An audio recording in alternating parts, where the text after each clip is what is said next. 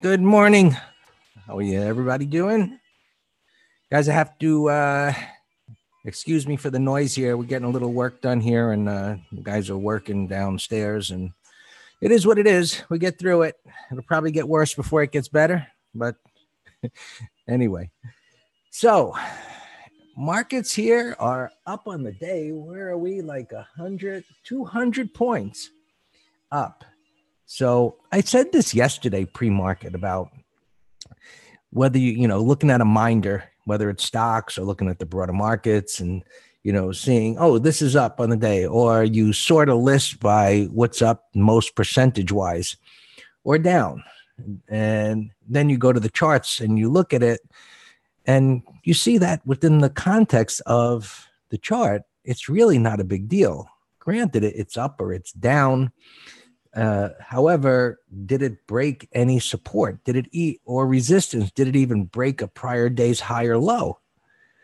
So has something meaningful happen on the chart? So we turn on, the TV in the morning.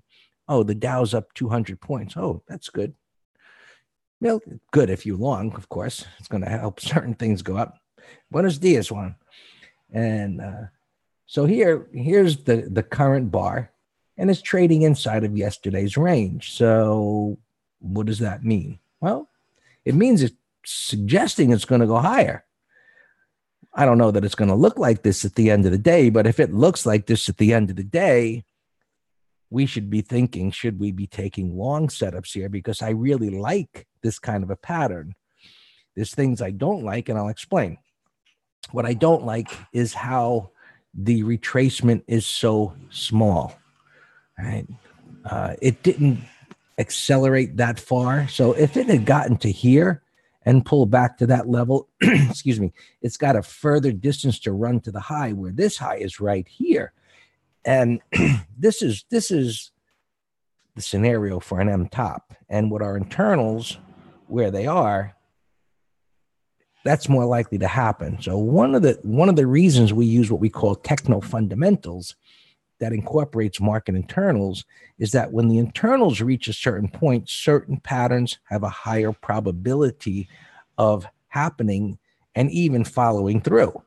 So you can get an M top when the internals are not at a bearish extreme, and it'll fail. So this is how internals are really helpful for increasing the odds about a certain pattern following through when they're in alignment with each other. So nonetheless, what I like about this kind of a pullback type of a pattern is that it probes down.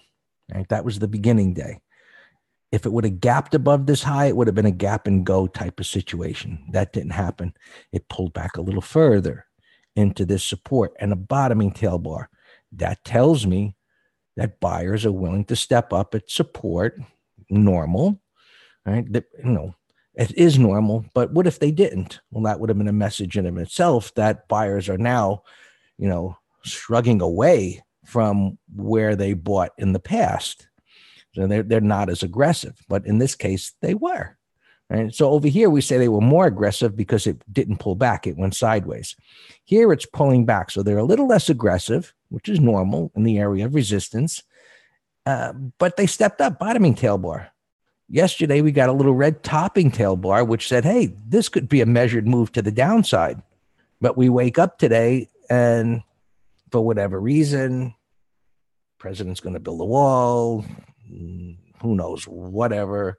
China could be lurking out there with, he's going to double the taxes if they don't do whatever. And this could be going down. In any event, as we follow the patterns, if this closes like this, it says it's going higher. We should be taking some longs just because of the risk of missing some crazy move. So if it turns into an M top, we'll see soon enough, and we'll just get out of the way. Right? Now, we've talked about the weekly time frame, and that's why I have this up here, because what's ever happening here within the context of a weekly time frame, this should be the transition to a move lower. So that's why this M top has a higher probability of forming. But we don't know yet. We always deal with the unknown, but right now we have to have the patience to let this pattern, this highly probable pattern of a reversal within a downtrend develop. And it's in this developing stage right now, and we have to be patient and decide, do I want to trade this on the long side where this scenario right here? It's not a right or wrong. It's a choice. As long as you can manage this and say, well, I'll take the calculated risk and put a stop under here, so on and so forth, go for it. Right? And if it pops up to here, it's like, okay, that worked out well. And if it turns into a topping tail, right, this turns into a big topping tail, you'll take your money, you'll get out of the way. It's all how you want to trade. Now, the hourly time frame, we see that it broke this support here. You can see this bottoming type of price action. This is what we have over here. And now it's inching its way up, and it's got room to go higher. Right, so, and of course, we'd have to turn that red, but here you've got a little void in place there. So it does have room to go higher. Yesterday, we spoke about how these moving averages were coming together. I think we were looking at the spiders, and I suggested that we were probably going to have a choppy consolidation type of trading. And yesterday was exactly that. It was like brain dead city. You know, the markets found some legs and were able to move up into the close yesterday. Yeah, I guess it didn't go down, so buyers stepped up there. And interestingly enough, if you guys you remember in the room, on the 5-minute chart, I forget what time it was probably around, it was after 3 o'clock. It was a wide range red bar to the downside, breaking below support. And so then I was like, will this turn into a continuation down? And I said, if prices get above the high of this red bar, right, this market is just, in schizo mode here. And that could open up the door for things going up, because what that displays is traders getting caught short at that time.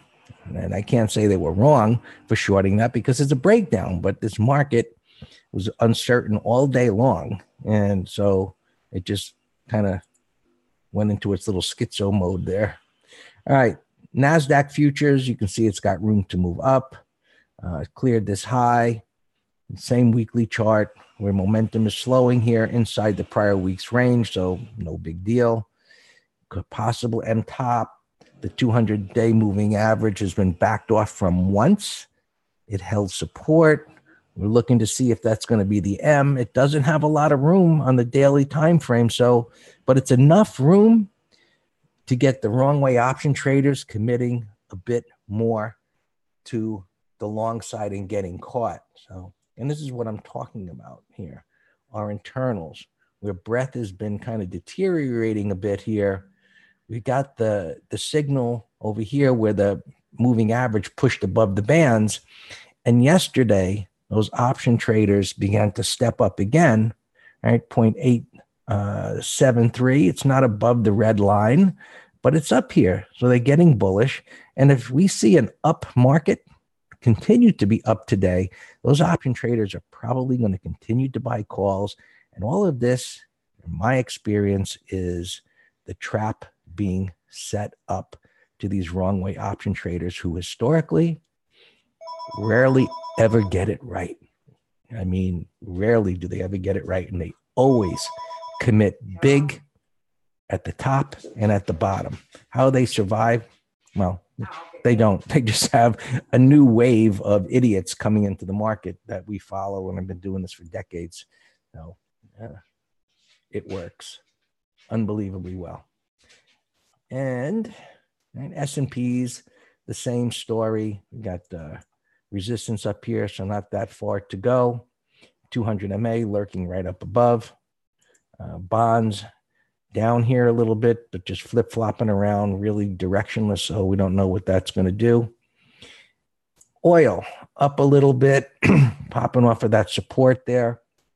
And interestingly, with this move down, the oil sector stocks, I think it was XOP, was one of the worst looking with the breakdown here, had a reversal day yesterday. So a little counter trend move within this breakdown of this M top there, which sometimes it happens. And so what should happen now is this strength at some point over here should evaporate. And then if we were to get a topping tail, then we'd have a nice continuation pattern for a move lower. So we'll see how that develops. And gold up here a little bit, right? But really, again, another example of, okay, it's up, but is it doing anything? Looking at the chart, it's an inside day. Didn't break below yesterday's low, didn't break above yesterday's high. You'll see where it ends up today. And I mentioned yesterday to keep an eye on the dollar, which is a little extended, right? Gapped up and moving up, and it's got room to go higher.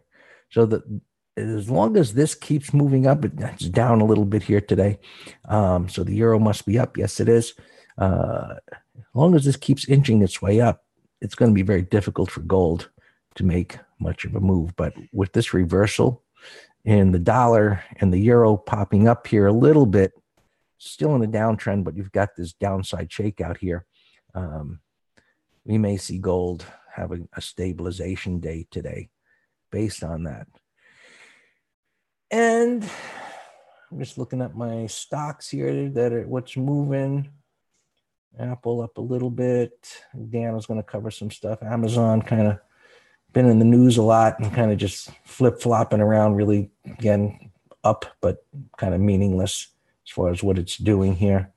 Netflix up 3 points, meaningless. And that's the kind of thing that we need to look at. When we see what's gapping up or down, does it actually gap above any resistance or below support? So we're going to cover some of that on Wednesday at 12 o'clock Eastern in MT Live. So you'll want to get signed up for that. We'll cover some gap strategies and option strategies and price patterns, and it'll be an awesome session as they all are. That being said, all yours, Dan. Exactly, Craig. Everyone is awesome. All right. Good morning, everyone. So we have a lot of longs and shorts open, actually. So let's go through them as always. You can see here UAA had earnings, and I posted it as a watch to sell a put spread. But now, LaDon, are you in the house?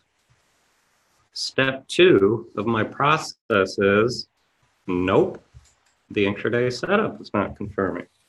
So as of right now, I got no interest in it. I might even sell a bear call credit spread on our 30-minute low. We will see. And then, yeah, that's what we're going to be talking about on tomorrow is what do we do? Well, it's really 90 minutes starting at 9 a.m., and then trading the first hour. We're going to walk through what we do in here together in just a logical, systematic manner. All right, let's go. Tandem, covered call, fine. Weight Watchers, covered put with a trailing stop. X, covered call. Zulu Sierra, covered call and put spread for Friday. Costco, bear call credit spread, it's fine. Urban, we have a covered put. BSX did not take out the 5-minute high yesterday. We'll still keep an eye on that. Boy, I think I said just hold off because it had a big move. WBA, we have a covered put, and it has a little strength here. So he's going to be on probation. We'll see what to do with him and legging into a covered put. Well, actually, we did yesterday, but if he goes too deep, we might even have to leg into an iron condor. SYNF did not trigger yesterday, but it's still, it didn't take out the 5-minute high, but it's still a go over yesterday's high. RPD, I never triggered, but just look at it. Gap up to all-time highs, bullish 15, closing at the high. We missed our entry. I was watching them for a pullback. XLF, we have a covered put. KDP, we sold a third at 28 bucks yesterday. I posted pre-market, and well, here, let me give it to you all, because if you aren't on Telegram, you didn't get it. If you aren't a subscriber, I mean.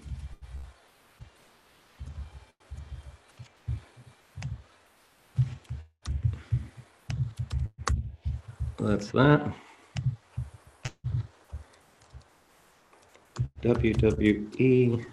Oh, I didn't do anything with it. It was a put spread watch. Sierra Charlie. We bought yesterday. We bought a half lot, and this looks good for continuation over the high. It's a 1, 2, 3 now. I have it in a window, so I'll keep an eye on it. Echo Delta had a big, didn't take out the 5-minute high. So we're gonna watch that. QRTEA, which QRT, that's a lot of letters. We're short stock, that looks fine. The old boot. We're long stock, and we did not get filled on the put spread because I wanted the 40 cents. Target, we have a covered put right here at the climactic buy setup. We sold out of the money puts. For Friday, XOP, I mentioned we have a covered put. Same thing, I did it yesterday when the gap failed. Gap down failed. I said, that's enough for me to say momentum to the downside has slowed. So just like clockwork, we sold an out of the money put. NSC, I was watching for a put spread, but I didn't like that afternoon breakdown, so we got nothing. ALK, we have a Friday put spread, and we're long stock. Disney, I posted into the close as a short under yesterday's low, and it still looks great. I actually like the gap up. And that I didn't want to take the overnight risk. So now if it triggers, then this pre-market breakout has failed. So I like it better. Somebody on Facebook asked me about this chart, TSEM, and I told him I like it. Over all these highs for a little swing trade. Yeah, it's still a bottoming pattern, but it's a big old W on the weekly, wide range, bullish 1, 2, 3, 4, 5. And that's it. Let's look at gappers here. Trader, ALGN, that's a bull flag. I don't know if Gustavo's with us, but Gustavo, there's another example of a bull flag. It's at resistance, but I'm going to put it on my list here to watch, and I hope that it takes a day or two to set up. Why? Because then that is building more support.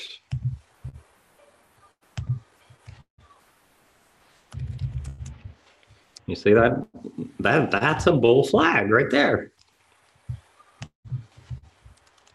I see. A little too extended for me now. Up 3 days, blue. No, needs to go sideways more. Square, this was left over yesterday. I like it as a put spread under, what's today? Under Monday's low. So, we need some teamwork here. LA, I just saw this going by the ticker, 99 bucks. Nothing to do with it, but I don't know what's going on with that. This one, Cody, gapping up again, 1136, nothing to do. WDC, I want to watch this just because of the carnage on the monthly chart. It's at weekly resistance. If this can go sideways, and it's a 1, 2, 3 on the daily, that's a put spread candidate. Remember Echo Alpha on earnings, and then it negated it. Now it's up to 1.